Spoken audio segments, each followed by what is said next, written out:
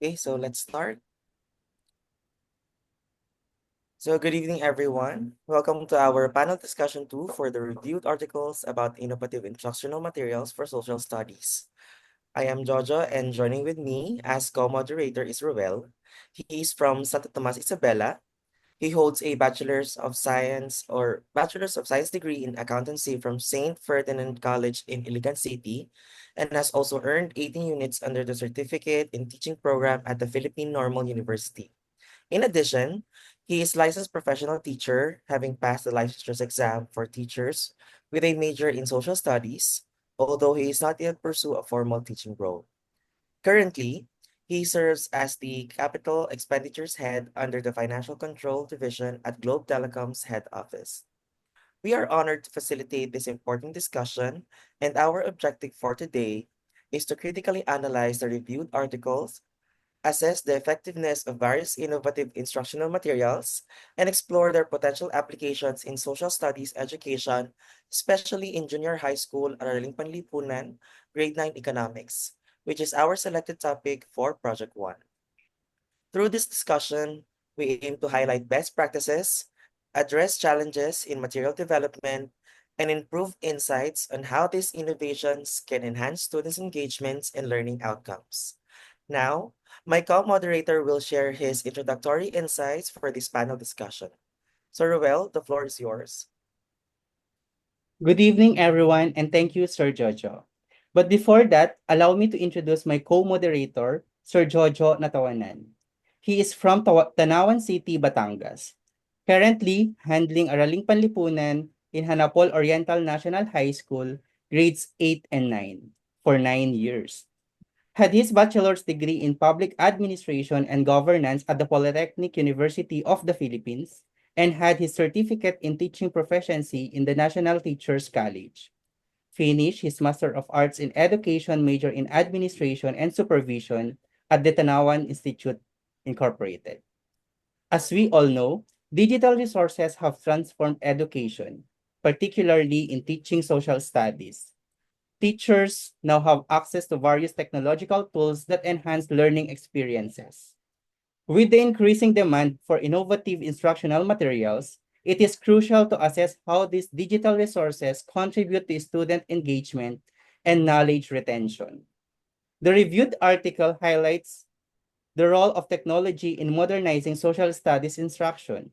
It explores how interactive platforms, multimedia content, and online simulations make social studies more accessible and relatable for students.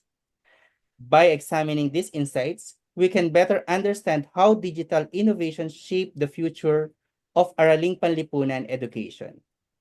And my co-moderator will introduce now our first panelist, Sir Jojo. Thank you, Sir Ruel. And today, our first panelist is Ma'am Lainey Villegas. She is from Camarines Sur, Bicol Region. She graduated with a Bachelor of Arts in Political Science at Partido State University and earned 18 certificate in teaching proficiency units at the Normal University. She is a lead passer in secondary education, major in social studies, but she is not yet in teaching position. At present, she is an administrative aide 1 at the Department of Education, Division of Camarines Sur. And our second panelist is Mr. Arvin Maruya. He is from Davao City, Philippines. He taught at the Ateneo de Davao University Junior High School for 7 years, handling 8th to 10th grade social studies subjects like world history, economics, and contemporary issues. At present, he is teaching 10th grade world history, world geography in the United States of America. And for our third panelist is Mr. Paul Leonard Redondo. Sir Paul is from Subic, Zambales and currently teaching at Aling Panlipunan, uh, commonly known as Economics, for 7 years at Subic National High School, Schools Division of Zambales. He earned his bachelor's degree of secondary education, major in social studies at Kolehiyo ng Subic. To help us gain deeper understanding, we have distinguished reactor who will share insights and perspective on today's discussion. And our reactor is Mr. Ulysses Ferreria. He is currently working as an Administrative Officer 2 at the Department of Education Schools Division Office of Pangasinan 2. He finished his bachelor's degree of Bachelor of Arts in Social Sciences, Economics, and Psychology at the University of Baguio, University of the Philippines, Baguio. He earned his 18th unit of professional education at the University of the Philippines Open University under the Professional Teaching Certification Program. So before we begin our panel discussion, let me read first to you our rules for this panel discussion. So firstly, respectful engagement. All panelists and participants should engage in a professional and respectful manner, even when discussing differing viewpoints. Secondly is time management. Each panelist will have a set time to speak of 10 to 15 minutes for discussion and 2 to 3 minutes for answering questions. Then the moderator will ensure fair distribution of speaking time. Third is stay on topic. Panelists should focus on the theme of the discussions, avoiding unrelated topics to maintain a productive conversation. Fourth is order of speaking. The moderator will guide the flow of discussion, ensuring that each panel has a chance to contribute. The reactor will provide insights right after the panelist presentations. Fifth is the audience participation. The audience may ask questions during the designated question and answer session. Questions should be concise and relevant to the discussion. Sixth is no interruptions. Panelists should allow others to finish speaking before responding. The moderator may step in if needed to maintain the order. Next is the use of language. Panelists should use clear and professional language, avoiding jargon unless necessary, and of course with explanation. Next is adherence to time limits. To ensure a smooth discussion, panelists should keep their responses within the allocated time. The moderator will provide signals for time warnings. Next is reactor's role. The reactor will summarize key points, provide analysis, and pose critical questions for reflection based on the panelist discussion. And lastly, closing remarks. Each panelist will have a brief moment for concluding thoughts before the moderator wraps up the discussion. So now, let us call on our first panelist to represent or to present the journal article she has viewed on innovative instructional materials. Ma'am Laini, the floor is yours. Okay, good evening, everyone. I am honored to be part of this panel discussion on innovative strategies and social studies education. And today, I will discussing the Agila or Araling Panlipunan game-based interactive learning activity. So, an educational tool designed to enhance student motivation, engagement, and learning outcomes at Luis Harvias National High School in Bacolod City, authored by Arwin Binaflor, published in International Journal of Research and Innovation in Social Science last February 2024. So let us start with the context and rationale. So the author wants to emphasize three important points on why he advocated for the use of gamification in education, particularly through the Agila program. So, first, COVID-19 led to modular distance learning or distance learning which limited engagement. So nung panahon ng pandemic or COVID-19, naging pangunahing paraan ng pagtuturo ang modular at distance learning. Ngunit, isa sa mga naging hamon dito ay ang limitadong engagement o ugnayan sa pagitan ng guro at mag-aaral. So nawalan ng maraming oportunidad ang mga estudyante para sa aktwal na pakikilahok sa klase. And then, pangalawa, gamification is seen as innovative solution to improve motivation, emotional engagement, and enjoyment and learning. So, dito nakita yung potential ng gamification sa isang makabagong paraan kung saan ginagawang mas kawili-wili at interaktibo ang pagkatuto. So, through this, student motivation, emotional engagement, and enjoyment and learning are enhanced even while studying at home. And then, pangatlo, Agila was developed as a response to these challenges. It aligns with the DepEd most essential learning competencies, or MELC, and serve as an example of how we can use technology meaningfully in education. And para mas maintindihan natin, so alamin natin yung objective or the statement of the problem ng author. So, first, ito yung mga objective at mga katanungan na gusto niyang malaman sa kanyang pag-aaral. Number 1, what is the level of perceived modular experience of the respondent based on their grade 9 level module experience? So, gusto malaman ng author kung paano naranasan o na-perceive ng estudyante ang modular learning. Maganda ba ang naging karanasan nila? May mga challenges ba? And mahalaga ito para ma-assess kung kailangan nga bang madagdagan ng tools tulad ng Agila para maging mas engaging ang learning ng mga bata. And then number 2, can Agila improve the learning attitudes of the respondent as a supplementary learning activity in the Araling Panlipunan? So, sinasabi din ng author na gusto niya matukoy kung may epekto ba ang Agila sa attitude ng student or kung mas nagustuhan ba nila ang pag-aaral ng Araling Panlipunan. So, mas naging participative or nagkaroon nga ba ng positive behavior sa learning process.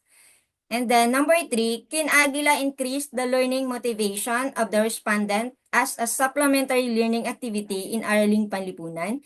So, dito naman, inalam ng author kung mas naging interesado ba at ganado ang mga estudyante sa na mag-aral dahil sa Agila program or game-based.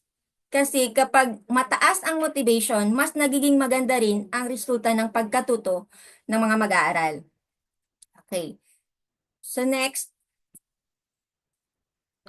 then let us proceed to the literature review. So, na kung saan, pinapakita niya yung mga naunang pag-aaral na sumusuporta sa paggamit ng game-based learning, lalo na sa panahon ng modular distance learning. So, ang first point ng author is modular distance learning has limitation. Example, internet issues, mental health concerns. So, sinasabi ng author na habang naging solusyon ang modular learning noong panahon ng pandemic, hindi ito naging perpekto. May mga lumabas na problema sa internet access, lalo na sa remote areas. At dahil walang face-to-face interaction, naapektuhan din ang mental health ng students. So, nakaranas sila ng stress, loneliness, at minsan burnout. And second point ng author is game-based learning is more effective than traditional lectures. So, binanggit din ng author ang studies ni Boktor at Rugayan at Bautista. So, sinasabi niya na sinasabi ng nila Boktor, Rugayan at Bautista na mas epektibo ang game-based learning kumpara sa traditional lectures. Ibig sabihin, mas natututo ang mga estudyante kapag may interactive at fun elements sa lesson. So, hindi lang nakikinig, kundi actual na nakikilahok ang mga estudyante. And the third point ng author is students prefer interactive fun activities like puzzles or games over passive learning. So, sinasabi dito ng author na based sa research, mas gusto talaga ng mga estudyante ang mga activity na masaya at interactive, tulad ng puzzle, games, o challenges, kaysa sa passive learning gaya ng pagbabasa lang o panunood. Kaya mahalagang ma-integrate ito sa lesson para mas ma-engage sila. And then, let us proceed to the next. So, as we move forward, let's take closer look at how Agila, paano ba gumagana yung Agila. So, this interactive learning activity is designed to enhance student engagement by integrating game-based elements into Araling Panlipunan. And now, let us explore its key features, mechanics, and how it aligns with the learning competencies. So number 1, offline, gadget-friendly gadget-friendly game aligned with the AP Melt. So, ang Agile ay isang laro na hindi nangangailangan ng internet. Kaya offline itong magagamit. So, anytime, anywhere, pwedeng magamit ng mga estudyante. So, napakahalaga nito lalo na sa mga lugar na may limitadong signal o resources. So, sabi ko nga kanina, gadget-friendly ito at ibig sabihin pwedeng gamitin kahit sa basic na devices gaya ng tablet o smartphone na kayang patakbuhin ang simple games. And higit sa lahat, align ito sa most essential learning competencies ng araling panlipunan. Kaya sigurado tayong ang nilalaman nito ay kaugnay ng mga araling dapat matutunan ng mga estudyante. And then, pangalawa, designed to be engaging, accessible, and educational. So, dito, may tatlong aspeto ang isinasaalang-alang sa disenyo ng Agila. Una yung engaging. So, ginawang masaya at interactive ang laro para mapanatili ang interest ng mga mag-aaral. Hindi sila maboboard habang nag-aaral. Pangalawa, accessible. So, madaling gamitin ng mga mag-aaral at hindi komplikado ang interface at hindi kailangan ng mahal na kagamitan. And pangatlo, yung educational. Ito ay nakatutok pa rin sa pagkatuto. Habang naglalaro, ang bawat hakbang ay may kaukulang araling tinatalakay o pinapalalim. And then number 3 is game mechanics. So yung game mechanics niya, characters have health and energy bars. So tulad ito ng mga karaniwang laro na may health at energy bars ang character. So nakakadagdag ito sa mga excitement ng mga estudyante. Pero may layunin itong pedagogical. Natututo silang i-manage ang resource habang natututo ng araling panlipunan concept. And the next, the players answer subject-based questions for energy rewards. So, hindi lang sila basta naglalaro. Kailangan nilang sumagot ng mga tanong batay sa araling panlipunan para makakuha ng energy rewards. Ibig sabihin, bawat pagsagot ay bahagi ng pagkatuto. So, may gintimpala silang natatanggap na nagbibigay ng motivation sa kanila.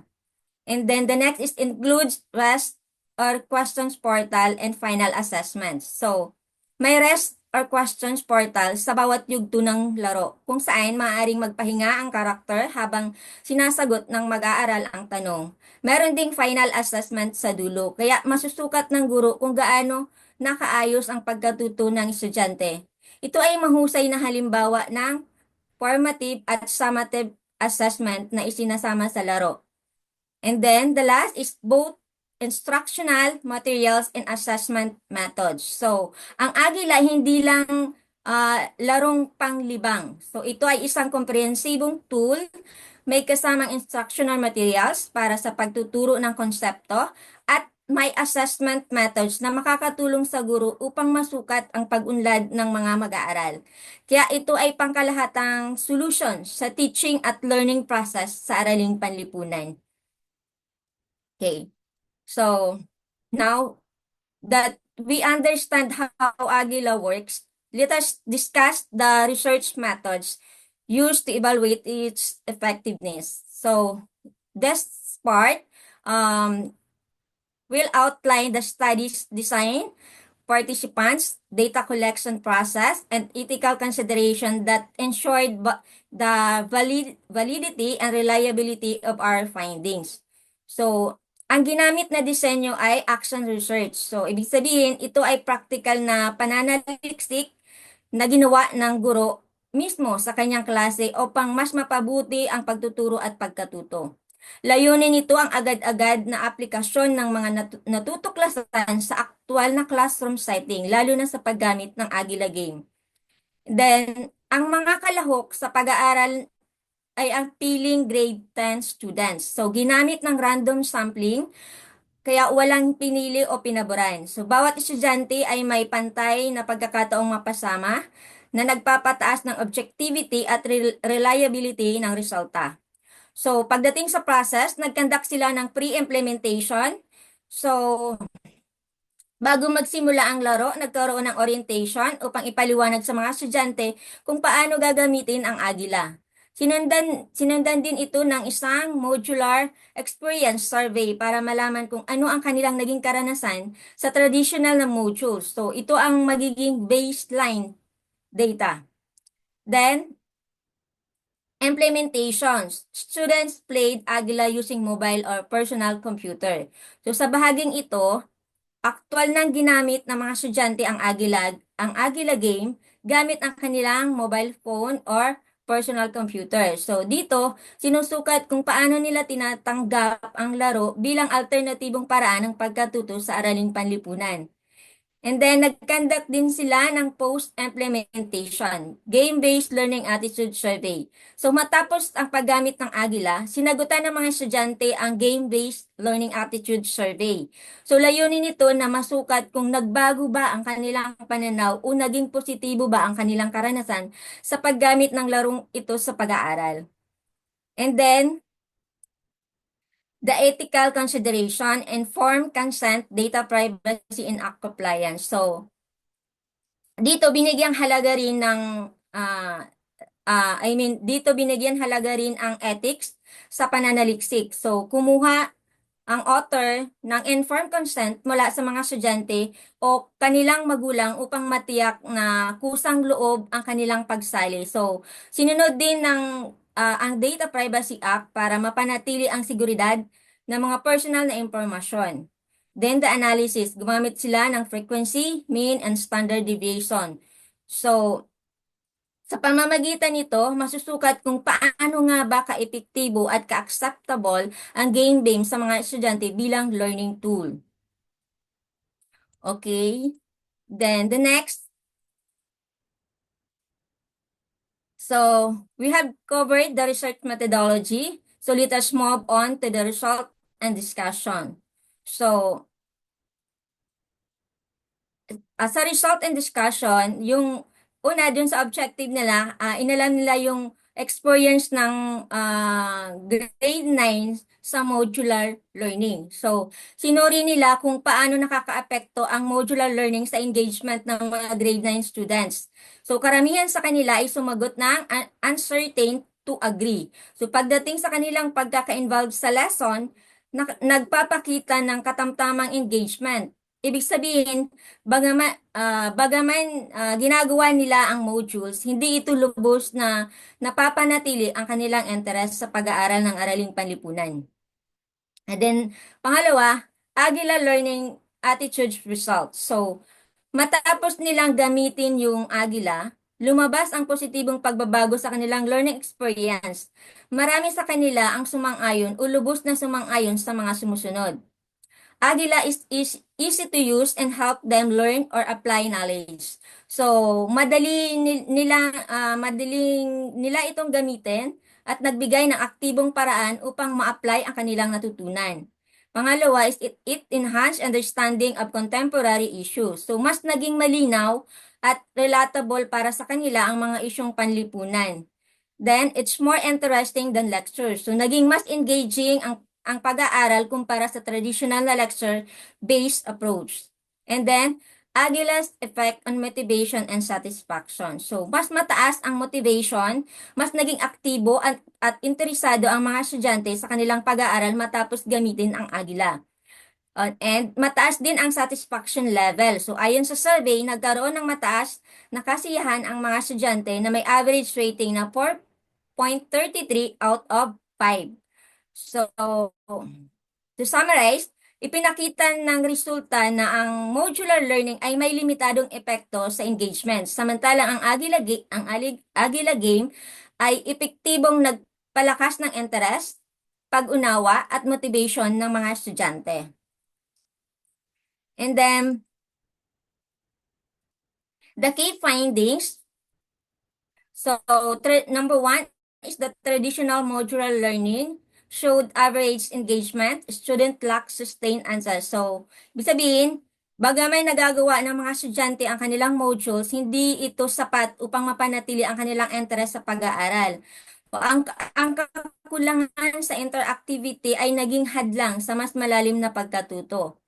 The number 2, Agila significantly improved motivation and learning attitude with student expressing higher satisfactions and engagement. So, mas mataas ang engagement at motivation ng mga estudyante matapos gamitin ang Agila. Ang game-based approach ay nagbigay ng mas positibong learning experience kumpara sa modular learning. And the number 3, students appreciated the interactive and gamified approach, especially its ease of use, relevance to lessons, and ability to enhance understanding of contemporary issues. So, user-friendly, madaling gamitin, kaya mabilis nilang natutunan ang mga mechanics ng laro. Align with lessons. So, tugma ito sa mga aralin sa araling panlipunan, kaya madaling naiintindihan ng mga estudyante. Enhance understanding of contemporary issues. Nakakatulong ito na sa mas malalim na pag-unawa ng mga isyong panlipunan. And overall, the findings shows that while traditional modules lack engagement, Agila effectively enhanced students' learning experience through a more interactive, motivational, and meaningful approach to education. And then, now that we have covered the key findings, let's move on to the conclusions. So, these sections will summarize the overall impact of Agila on students' engagement, motivation, and learning effectiveness, highlighting its potential as an innovative tool for teaching and araling panlipunan. So, Agila boasts learning attitudes and motivation in araling panlipunan. So, based sa findings, napatunayan na nakakatulong talaga ang Agila sa pagtaas ng motivation at positibong attitude ng estudyante sa pag-aaral ng araling panlipunan. Ibig sabihin, mas ganado silang matuto at mas interesado sila sa subject kapag ginagamitan ng game-based learning gaya ng Agila. Pangalawa, game-based learning offers personal engaging experiences.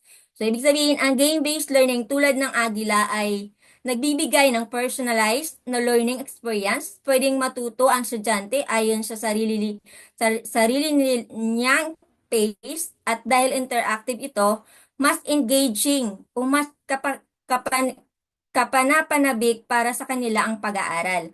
So, hindi lang basta passive learning, kundi active at participatory. Then number 3, teachers remain central facilitators but can enhance delivery with innovative tools. So kahit na may Agila game, ang mga guro pa rin ang pangunahing tagapagturo o facilitators sa classroom. Pero gamit ang mga innovative tools gaya ng Agila, mas mapapadali at mapapahusay nila ang pagtuturo. Hindi pinapalitan ng game ang guro, bagkos tinutulungan ito para mas maging effective at modern ang delivery ng lessons. And then, number 4 is aligned with 21st century skills and sustainable development goals. So, ang paggamit ng Agila ay align sa 21st century skills tulad ng digital literacy, critical thinking, at self-directed learning. So, bukod dito, sinusuportahan din ito ng sustainable development goals. And then, our quality education, na layuning bigyan ang lahat ng learners ng inclusive, equitable at dekalidad na edukasyon. Kaya ang paggamit ng game-based tools ay hindi lang pang innovative, kundi may global relevance din ang game-based. So, in summary, or to summarize, Agila is not just a game, it's a powerful educational tool na nagpapataas ng motivation o nag-engage sa learners at tumutulong sa mga guro na makasabay sa bagong henerasyon ng pagkatuto habang tumutugon sa global education goals. And then, the last is the recommendation. So, having discussed the conclusion, upon reviewing the full document of this journal article, the author did not explicitly include the recommendations. So, the paper ends with a conclusion. So, which summarizes the impact of Agila on students' learning attitudes and motivation in araling panlipunan, and discusses the role of game-based learning and teachers. However, based on the conclusions, implied recommendation can be drawn such as encouraging schools and teachers to adopt game-based learning like Agila to enhance student motivations. Pangalawa, training teachers to integrate innovative tools while maintaining the role as facilitators. And then pangatlo, aligning educational tools with 21st century skills and SDG for quality education to make learning more adaptive and meaningful. And to sum up, Agila is not just a powerful tool, sinabi ko kanina, na nagpapataas ng motivation. So, nag-i-engage sa learners at tumutulong sa mga guro na makasabay sa bagong henerasyon ng pagkatuto habang tumutugon ito sa global education goals.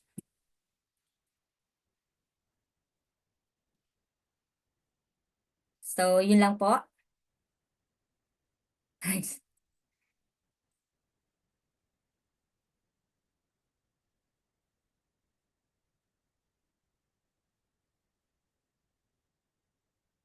I think you're on mute. Hello? Hello, sir? Sound check? Sorry. So, as I was saying, Ma'am Lainey, thank you so much for that insight. And the article was very interesting and very fruitful. And that article that you have reviewed on innovative instructional materials that focuses on our Lipunan game-based interactive learning activity, boosting the learners or learning attitudes of the students. The integration of the game-based learning such as Agila in Araling Panlipunan instruction is a promising approach to address the lack of students' engagement in modular learning. The study highlights how gamification can enhance motivation, emotional engagement, and knowledge retention.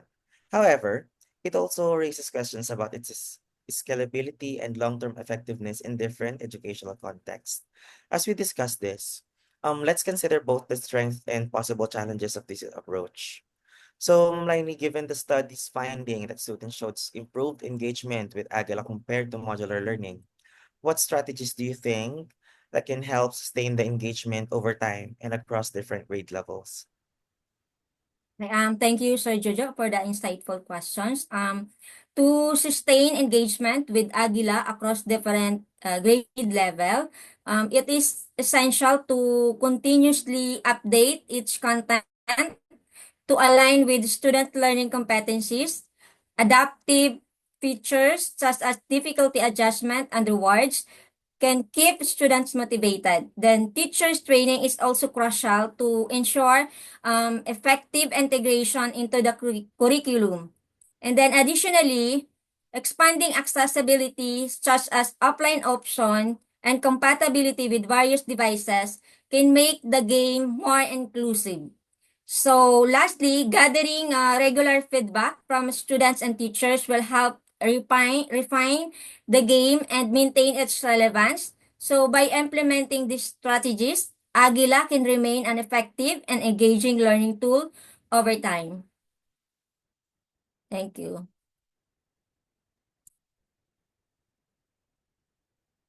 Thank you, Ma'am Lainey. So, Sir Ruel, do you have any follow-up questions? Yes, sir. Thank you, Sir Jojo. And Ma'am Lainey, for my question, what are the potential challenges teachers might face in implementing game-based learning like Agila in public schools, and how can they be addressed to ensure accessibility for all students? Thank you, Sir Well, for that questions. Implementing game-based learning like Agila in public school presents several challenges. First, limited access to technology is a major issue, as not all students have devices or stable internet connections. And to address this problem, schools can provide offline versions of the game and use shared devices and computer lab. Second, teacher training and readiness. So can be a hurdle since not all educators are familiar with the game-based teaching strategies. Conducting professional development workshop that can help teachers integrate Agila effectively. Then lastly, curriculum alignment is crucial to ensure that the game supports learning objective rather than becoming just an extracurricular activity. So by addressing these challenges through proper planning, training, and resource allocation, Agila can become a more accessible and effective learning tool for all students. Thank you, sir. Thank you, Ma'am Lainey, for your insightful answers. Now let us proceed to the second panelist who will also share or present the journal article he has reviewed for innovative instructional materials. Sir Arvin, the floor is yours. Thank you very much, Sir Ruel.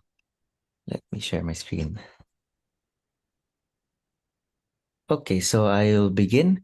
The journal article that I will be sharing with all of you tonight is entitled Utilizing Video Game Clips to Teach Principles of Economics. This paper was written by Stephanie Farrington and Matthews Neves and just published it in the year 2024. So these two researchers are from the University of Tampa in Florida, and this paper aims to contribute to the limited literature about using video game clips to teach economics. Let me begin with the background of the study. So in this paper, the researchers highlighted that 80% of Gen Z students had played video games in the past year. And then nearly all Gen Z individuals reported playing video games weekly, not just in the United States, but across multiple countries. So, in-establish ng paper na marami sa ating mga Gen Z students ang highly engaged in terms of playing video games. And in fact, it's already part of their culture and way of life. It has been already part also of the day-to-day grind as they speak. Gaming also has become widely popular.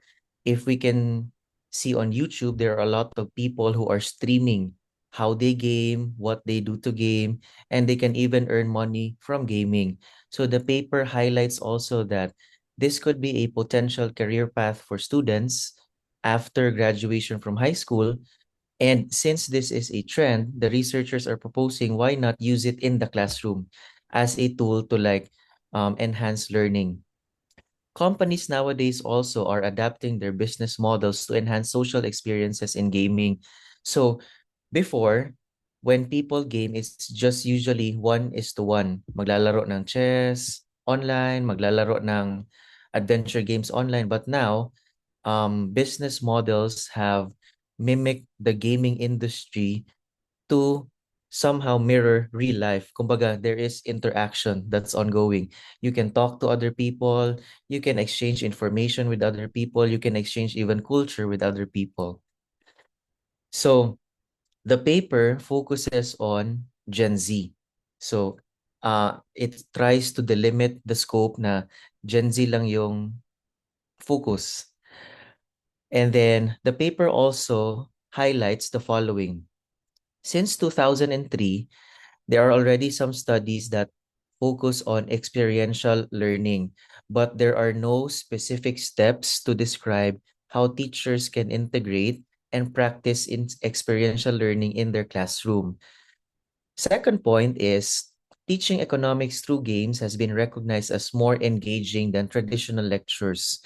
So the researchers highlighted na instead of just lecturing to students, to high school students, that these are the concepts, these are the examples, why not integrate games and gamify the sessions because it yields and produces more engaging and experiential results for the students.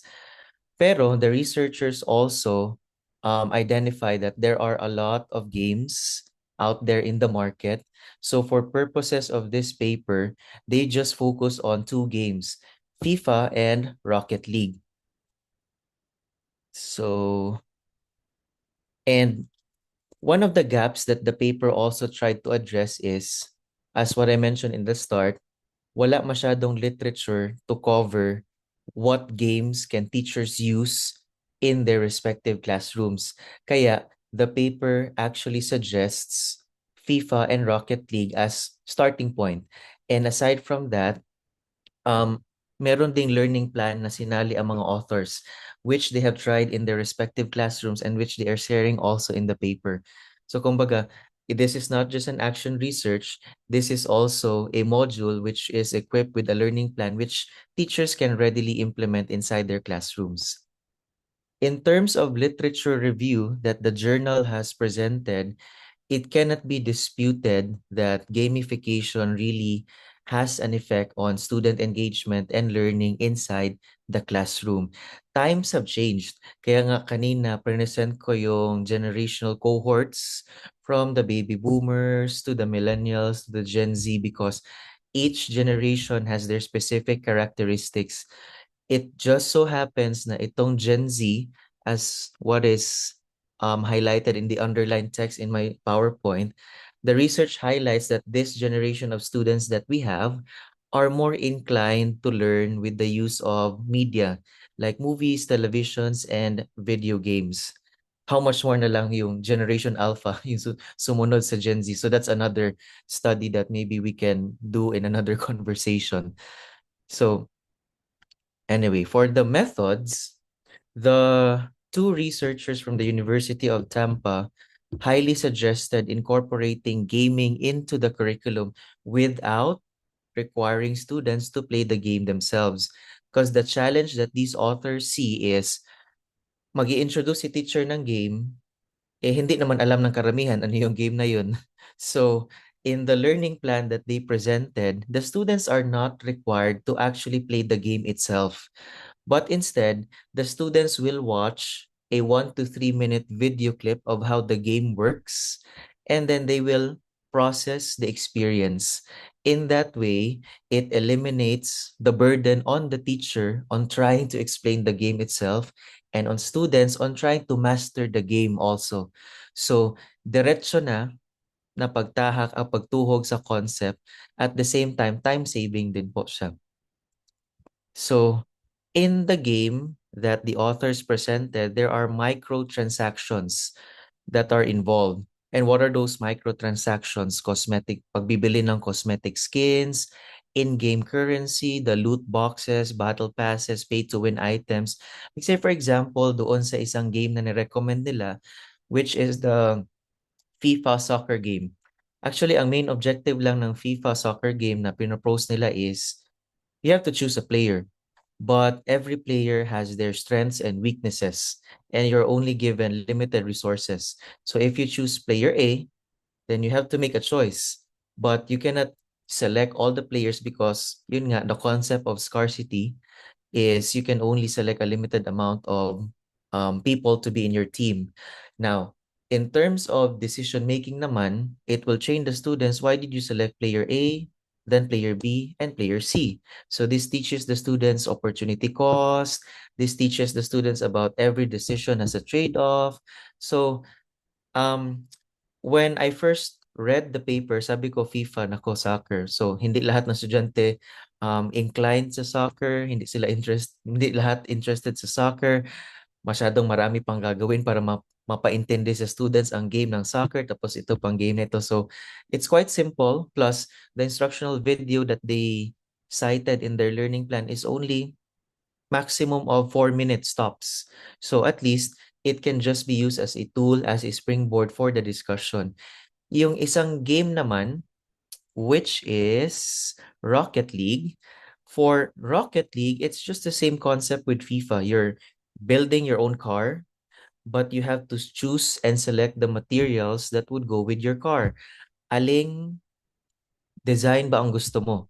But you can only choose a specific design because you have limited number of resources. Or what's unique about Rocket League is you can also trade with other players. So dito papasok na ngayon ang concept of trading. You have an excess of this, but you don't want this, but another player has this type of resource. So that's where trading comes in, which is another economic concept. So in short, when I tried to take a look also at the games that they propose and the literature that was reviewed by the researchers, some important economic concepts can be highlighted, like why do players buy microtransactions? What's the reason? What costs do players consider when making purchases? Why did you make that kind of decision? What are the pros and the cons of it? How do incentives like discount affect spending? And how do game economies influence player decisions? And also, each game that was presented by the researchers has their own economic system. Like yung Rocket League kanina, you can also barter or trade with one another. While FIFA, you have to earn the money. So those are different economic systems that were highlighted. As a conclusion, the paper wishes to contribute to the limited body of knowledge that is out there regarding economic gaming methods. Pero the paper also highlighted na yung mga teachers, they refuse to use video games in a classroom because of a lot of reasons. First is yung curriculum. Tinitingnan kung angkop ba siya sa curriculum, mag-match ba siya sa standards. Number two is the student's lack of readiness, which is, I think, where the authors are drawing their motivation from. Kasi nga, hindi ready yung mga bata maglaro ng mga makabagong games ngayon. Kaya, what they tried to do is to propose and suggest ways to make gamification easy for the students. Kasi, let's face it, it's another task if we want to let students understand the game, while we also want them to understand the economic concepts. So, what the authors are trying to say is concept-based. The games are just a tool. Another point or factor is unavailability of supporting materials, the limited budget, and the class schedules. Some games, especially if educators would want the students to really learn about how the game works, would entail a lot of time. But in modern classrooms today in the United States and even in the Philippines, we're only given like 50 minutes to 60 minutes. So that can also pose as a challenge. So the parting message of the researchers is they hope that this paper, which presented two learning plans about how to integrate gaming in economics education, can help the students and the teachers make their sessions more engaging and meaningful. Kaya lang, the challenge of the researchers is, since this is quite exploratory in approach, the next challenge is, how effective is it? That's their question. That's their parting question. Is it effective in terms of engaging the learners? Kasi na-recognize din nila na each classroom has a different context, each district, each school, each country has a different context. So I can see that they refused to give a one-size-fits-all conclusion na this is effective because they're challenging the readers to try and see whether these strategies are effective for your classroom. If it is, then go ahead, use it. If it is not, then challenge nila yung readers na, sige mo, contribute kayo sa body of knowledge. Ano bang effective sa context ninyo? So yun. So yun yung maganda sa paper because they don't recommend a one-size-fits-all approach to doing things. I think I would like to end my presentation there with a capsulized version. Thank you. Great. Thank you, Sir Arvin, for sharing your insights on the journal article you reviewed about innovative instructional materials that focuses on utilizing video game clips to teach principles of economics. The integration of video games into education, particularly economics, is an exciting and timely approach given the global popularity of gaming. As highlighted in this study, video game-based teaching guides can help diversify learning and increase student engagement. However, while games offer an interactive way to illustrate economic concepts, there are potential challenges such as accessibility, effectiveness, and teacher readiness. Today, let's explore how game-based learning can be optimized for classroom use and what considerations must be taken into account for its successful implementation. So given that, while video games can effectively illustrate economic concepts, Sir Arvin, how can educators ensure that students remain focused on learning outcomes rather than just an entertainment aspect of gaming? Thank you, Sir Roel. Perhaps one suggestion is at the start of the activity, we should present to the students the learning objectives or learning outcomes, why we are doing things. So once that is presented, students engage in the activity. After the activity, meron din pong post-processing questions like what are the concepts that you learn? How is scarcity highlighted in this game? What are the opportunity costs? In that way, hindi lang puro gamification ang focus but also on the concept itself. So, laging balik-balikan yung standards, laging balik-balikan yung learning outcomes. Thank you, great. Thank you, Sir Arvin. No? So, for any follow-up questions, Sir Jojo, do you have any? Yes, I have one. Thank you, Sir Roel. So, Sir Arvin, my question is, what strategies can schools implement to support teachers who may not be familiar with video games so they can confidently integrate them into their economic lessons? Yes, thank you, sir. It all starts with climate and culture. So I guess, as mentioned by Ma'am Laini earlier also, there's a mention about professional development. So it's difficult if the school is not taking steps to introduce the concept of gamification. And I think the best way is pag-usapan talaga as a school that this is one trend, this is how we do it, and we will do it together. Hindi lang yung paisa-isa. Because if schools create an environment where teachers are constantly learning about the new trends, kahit mahirapan yung teacher sa pag-learn, at least they're in one boat. They learn together and they also implement the culture as one together. So again, it all begins with climate and culture. Thank you, sir. Thank you so much, Sir Arvin, for that informative question.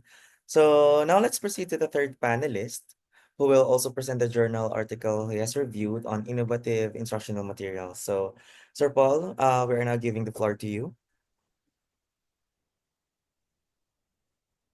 Sir. And good evening, everyone. Allow me to share my screen. So I will be presenting the effects of the game-based learning in comparison of traditional learning to provide effective learning environment. So it's a comparative review authored by Muhammad Hafiz of the Institute of Southern Punjab Multan in Pakistan. It is published last December 8, 2021 in the International Journal of Social Sciences and Educational Studies. So here's the abstract of this study. With the advancement of technology, various new learning strategies have been developed according to the requirement and learning environments of the learners. So the game-based learning strategy is an advanced learning strategy in which a learner fully engaged in the learning process. So this learning strategy completely replaces the traditional learning strategy. A lot of research studies indicated improvement in learning process by game-based learning strategy. And the purpose of the current study was to compare the students' learning outcomes with game-based and traditional learning strategies by descriptive and the statistical ways. So a total of 26 articles published from 2012 to 2021 were selected by following inclusion and exclusion criteria. The literature review of previous studies indicated that the game-based learning strategy proved to be highly effective learning strategy in numerous disciplines under the different learning environments. So earlier, Ma'am Laini and Sir Arvin also presented different game-based, as an innovative tool in learning. And in game-based learning strategy, the learners highly engage in the learning process. So here in the introduction, I just get na lang po the important notes that I have read from the paper. So the traditional learning strategies provide learners with a passive learning technique, no? Natututo lang yung mga bata passively because in the traditional classroom, the instructor prepares materials to be delivered in class. And then the students listen to lectures and other guided instruction in class and take notes. and homework is assigned to demonstrate understanding. So, however, no, kanina si Ma'am Ling on her shared study, sabi nga, no, students, they prefer, no, interactive and fun activities over a passive learning. No, so, we want to focus now on the use of a game-based learning strategy. And educational games, put the learners to act as a main role in learning process. So making the learning easier, more enjoyable, and efficient. So earlier, no, the traditional learning strategy, we are focusing on the teacher, no, as the center of the learning process. However, here, no, we are dealing with the Gen Z, no, generations na. In the 21st century, no, ang gusto natin, we want to put the learners as the main role, no, for them to learn or to become responsible on their learning. No, and here are the basic concept of game-based learning strategy. No, and actually, as I was looking sa mga studies na related to our topic, no, isa sa mga nakakot talaga ng attention ko, and I want to highlight, is the basic concept of the game-based learning strategy. No? Yes, no, we are doing games, a lot of games, no, in our teaching as part of our teaching strategy. Ginagamit natin siya as our material, no, in instruction, and also as a form of assessment. However, no, isa sa mga uh, nakita ko, ito yung concept, no, yung pinaka-basic concept. How, no, can we design a learning game? So here, no, we are considering the affect, no, the motivation, the cognition, and the social, cultural, no, context of the learner. And then we will design a learning game design element, no, depending on our topic. Wherein, ayan, we include the knowledge or the skills.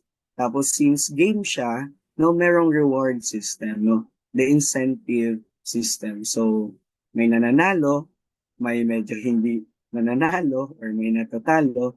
And the learning mechanics, no, since it's a learning game design, no, hindi lang siya basta-bastang laro, but we should prioritize and focus on game, which will be a tool for learning. No, and syempre, as part of the learning, no, para malaman talaga natin na may natutunan sila, there is an assessment mechanics on how we will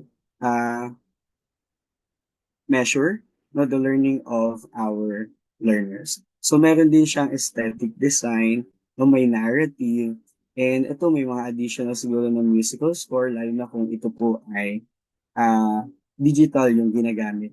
Okay.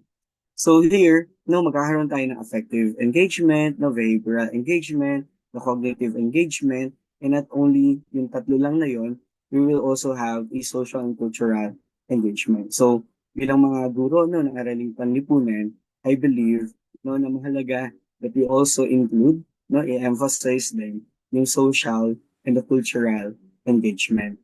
And dito, no, lalabas na yung game-based learning. So, ito talaga yung nakakot, no, ng attention ko. No, yung basic concept ng game-based learning strategy. Actually, I am doing a game-based learning, but wala akong concept, no, kung paano namimili or kung paano natin ina-apply yan as a strategy. So, here in the methodology of this study, no, gumamit siya ng descriptive and statistical ways. No, so merong total of 26 articles na pinublish, no, from 2012 up to 2021 na sinelect, no, merong inclusion and may exclusion criteria that was employed, no, by the author, no, kasi ang ginamit niya is a systematic review of study. So this is a product of a different studies, no, na conducted talaga. And ang pumasok, no, doon sa criteria ay yung 26. So, ito yung ginawa niyong process, no? Yung mga keywords na ginamit, and paano siya nakapamili, paano siya nag-include, paano din siya nag-exclude. Doon sa mga different studies related on the game-based learning strategy, comparing it to the traditional learning strategy, no? At kinuha niya yung mga results dito. And according nga doon sa kanyang paper, no, which mentioned Chang and Ye in 2021, proposed that combining computer games with educational goals and objectives not only stimulate student learning but also motivate them and provide them interactive and innovative learning opportunities. So kanina nga, as Sir Arvin mentioned, 80% no ng Gen Z talaga naglalaro na sila ng video games no in the past year, and we want to give them an experiential learning as a learning opportunity for them, no? So nauso na yung mga terms like gamification, no? And ang ginagawa natin, ayun nga, ah ini-employ natin na yung strategy or yung ginagamit natin yung material, no, yung game as a material for their learning. So dito, isa din sa nakita ko, no, yung advantages and disadvantages ng traditional based and game-based learning strategies wherein pag lecture-based lang, no, information may be given in an impressive and timely manner, may potential din naman siya na makuha yung people's interest, no, maboost yung speaking ability and vocabulary. However, there are also listed no disadvantages. Ayan, yung lesson must be prepared in many perspective, no? Waste yung time sa pag-convey ng material, lalo na kung ito ay presented na in the book, no? And sometimes, no, yung mga learners natin nagiging apathetic kasi nga napaka-passive lang ng learning. So, in a game-based naman, the competition is low risk, no? Ngayon, we do not encourage high competition no, among learners pero collaborative na. No? We want also to develop the soft talents, the soft skills, no?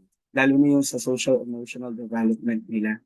And now we are focusing on the student-centered education, nag-boost ng child's memory capacity, and fluency with computers and simulation. So lalo na no, we are in the digital era na, no?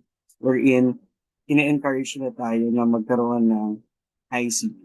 And yun nga lang, no, meron pa rin siyang disadvantages na we have to take into consideration. No? Halimbawa, no, yung too much time spent in front of the screen, and lalo na kung ano yung level nila no, in high school, and may only allowable time lang sila. And we are not only the subject no, na gumagamit siguro ng ICT, no, and games aren't usually made in the same way. So, kanina din nung narinig ko sa Sir Arvin na maraming laro, di ba? Kailangan natin makapamili and maraming laro na iba-iba din yung paraan ng pagkakagawa. And games can be a source of distraction. So, ito siguro is a reminder no, for us na maging careful no, sa pagpili din ng games. Baka more than maging tool siya for material no, for learning, maging distraction siya. And it requires a technology learning curve talaga. Not always in line with the teaching or learning objectives. So, maaaring mapalayo tayo, no, doon sa target natin na learning outcome. Okay? And the results, ayan, no, yung game-based learning strategy was an effective and critical thinking skills developed strategy. Yung learners, they felt that it is very useful and enjoyable learning environment nila kapag ginagamit tayo ng game-based learning strategy. And dito, no, yung mga benefits ng paggamit no, ng computer games, it involves students in an active learning environment, boosting inspiration, enhancing information retaining, and improving real-life problem solving and critical thinking skills. So moreover, no, yung students, no, they share knowledge learned, resources, skills, and collaboration to solve real-life educational problems. So, yan po, no. Dito rin naman, no, in-emphasize no, na kapag traditional classroom method kasi, no, we are only providing facts and data. And then, hanapin nila, no, yung relevance. Pero yung sa game kasi, no, may motivating effect na siya. No, motivate natin siya, kakahanap sila ng facts and information. Yun nga lang, no, pinipili nila ito para maging successful sila or makomplete yung challenge. And is, I believe, no, learners, no, gusto nila yung hinahamon sila, no, na-challenge sila in what they do. So, yun po, no, effective yung learning strategy, improves the learning process of the learning by engaging the learners with the learning process, And ayun nga po, game-based learning strategy should be used to increase the students in the learning process. So, yun lamang po, no? Here's the reference ng aking study na ni-review po. Thank you po. So thank you so much, Sir Paul, for that informative presentation. So the advancement of technology has indeed transformed educational strategies, and also game-based learning is emerging as a powerful tool to enhance the students' engagement. So research suggests that this method significantly improves learning outcomes across various disciplines. The shift from traditional to game-based learning highlights the need to adapt the teaching approaches to better suit modern learning. However, while some game-based learning shows promise, it is important to critically analyze its effectiveness across different subjects and students' demographics. So my question is, how can educators effectively integrate game-based learning strategies without completely replacing the traditional learning method?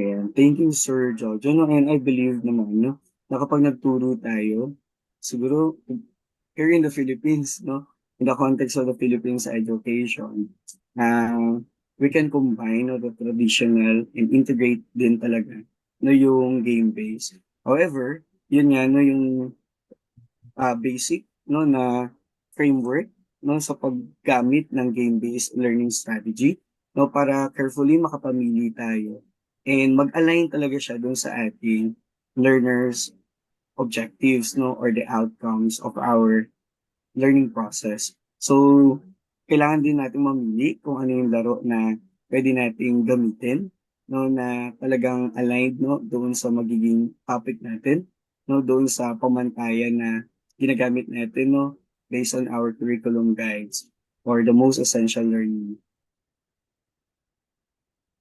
So thank you, Sir Paul, for your answer.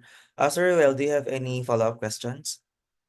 Yes, sir. Thank you, Sir Jojo. So, Sir Paul, my question is, what what is the challenges in implementing game-based learning strategies in resource limited educational settings? And so, sa Philippines talaga, no, we have a resource-limited educational settings, no. Halimbawa nga, no, as mentioned ni Ma'am Laini din kanina, no, sobrang may issues tayo, no, in the internet connectivity or lacking tayo ng mga gadgets, no, among the school, especially the learners, na hindi sila nakakapag-provide. Pero, these are the challenges, no, na pwede natin talagang makaharap, no. Ah, yung pagpili nga, no, ng game, no, yung pag-employ ng game-based, no, na learning and pag-create, no, ng mga materials and assessment, no, na ginagamitan natin ng games. So, yun yung mga naging challenges. However, maganda din yung nabanggit ni Ma'am na dapat may mga offline din tayo, no, na ginagawa and may professional development. Yun siguro yung mahalaga talaga, no, na mag-turn away tayo from traditional to game-based, no, and yun nga, syempre yung pagpili din no, yung pagpili natin no, ng tamang games, no, for our lessons. And siguro nga, yun din, no, pwede rin tayong gumamit no, ng mga different games like board games, no, that less require no, internet connectivity or computers, pero ginawa siya no, by the use of ICT. Yun nga lang, offline siya or physically accessible siya even without requiring no, ng internet or ng electricity, lalo na sa mga areas na walang access. Thank you, Sir Paul, for your valuable insights. So now let us proceed to our reactor. Sir Yuli, we are pleased to have you to share your insights and analysis on the panelist presentations. Please also provide one significant question for each panelist. Sir Yuli. Good evening, everyone. First of all, I would like to commend our panelists for presenting well the significance of the research papers that they have presented. Based on the research paper that you presented, makikita po natin na teaching Arling Panlipunan nowadays is really challenging.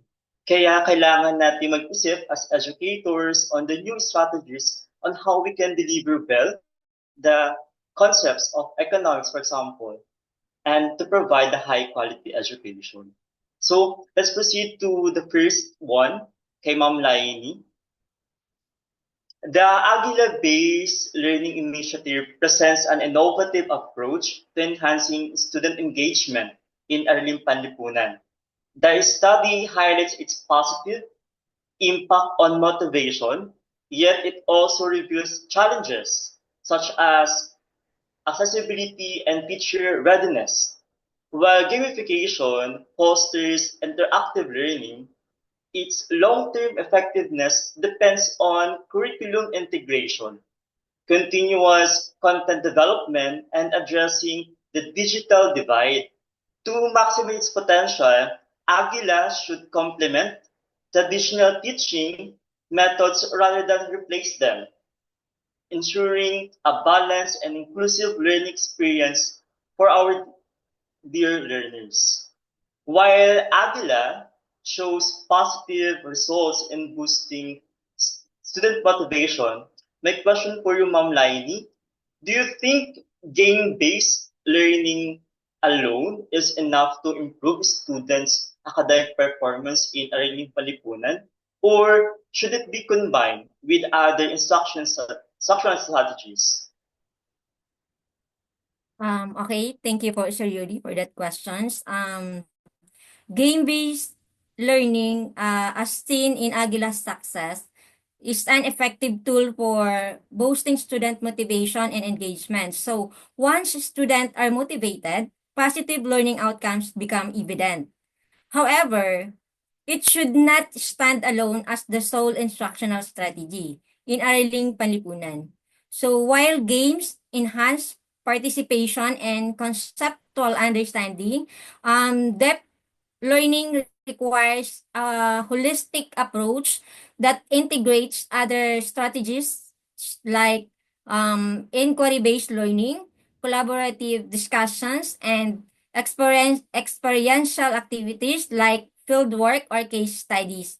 So for Araling Panlipunan, especially in economics, student must analyze real-world issues, interpret data, develop critical perspective, then the skills that may require direct instructions, problem-based learning, and even traditional methods alongside game-based activities.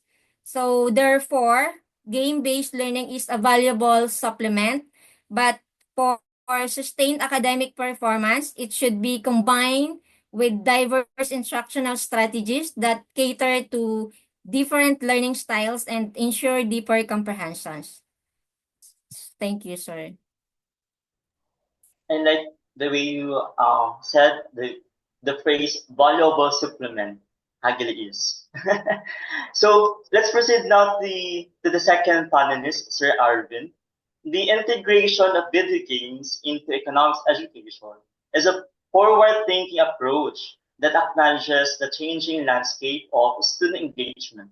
Given that a significant portion of the Gen Z actively plays video games, leveraging this medium for teaching foundational economic concepts can make learning more interactive and relatable. Video games often simulate real-world economic principles such as supply and demand, we are familiar with these things, resource management, and opportunity cost, making them valuable educational tools.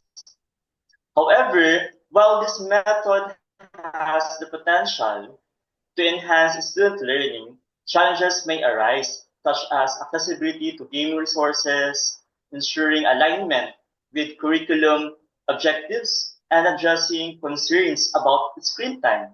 Additionally, not all educators may be comfortable with using video games as a teaching tool, which calls for proper training and guidance. My question for you, Sir Arvin, is what criteria should be used to to select video games that effectively teach economic concepts while maintaining academic rigor.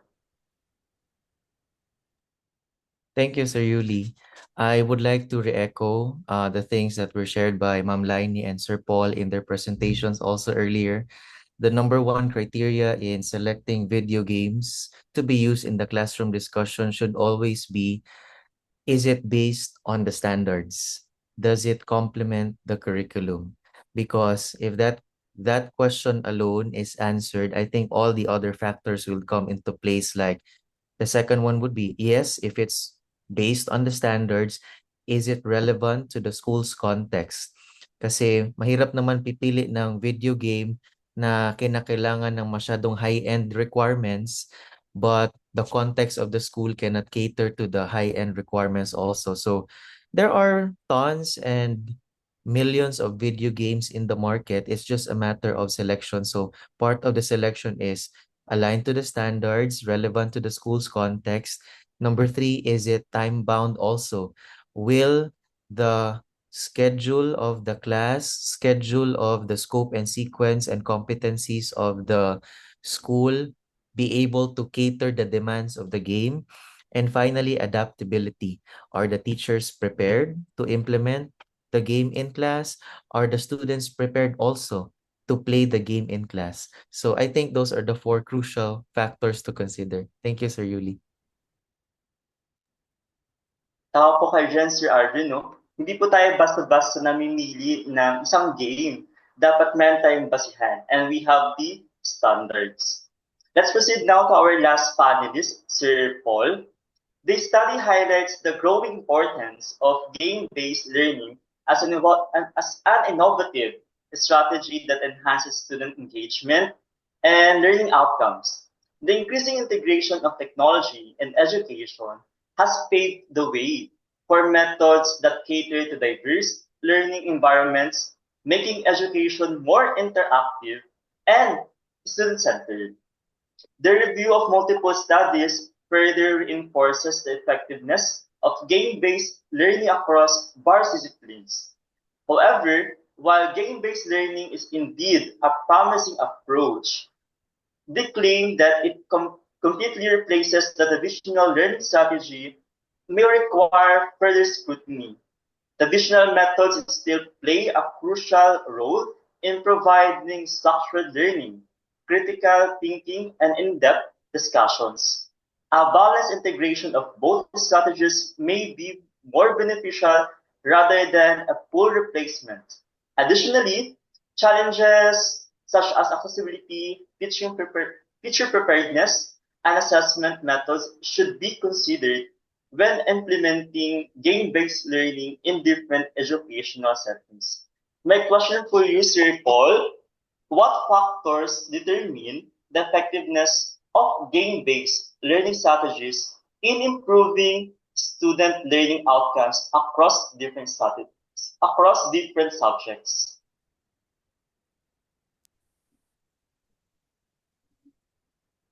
And thank you, Sir Ulysses. No, I agree no, na the game-based learning strategy completely does not replace no yung ating traditional talaga. However, no, based nga din dun sa study, no, out of the 26 articles, there are 7 na nagsabi that no significant improvement ng students' learning by using game-based learning strategy. No, from 7 out of 26. However, no, mas marami pa rin yung nagsasabi talaga na effective no or highly effective ang game-based strategies.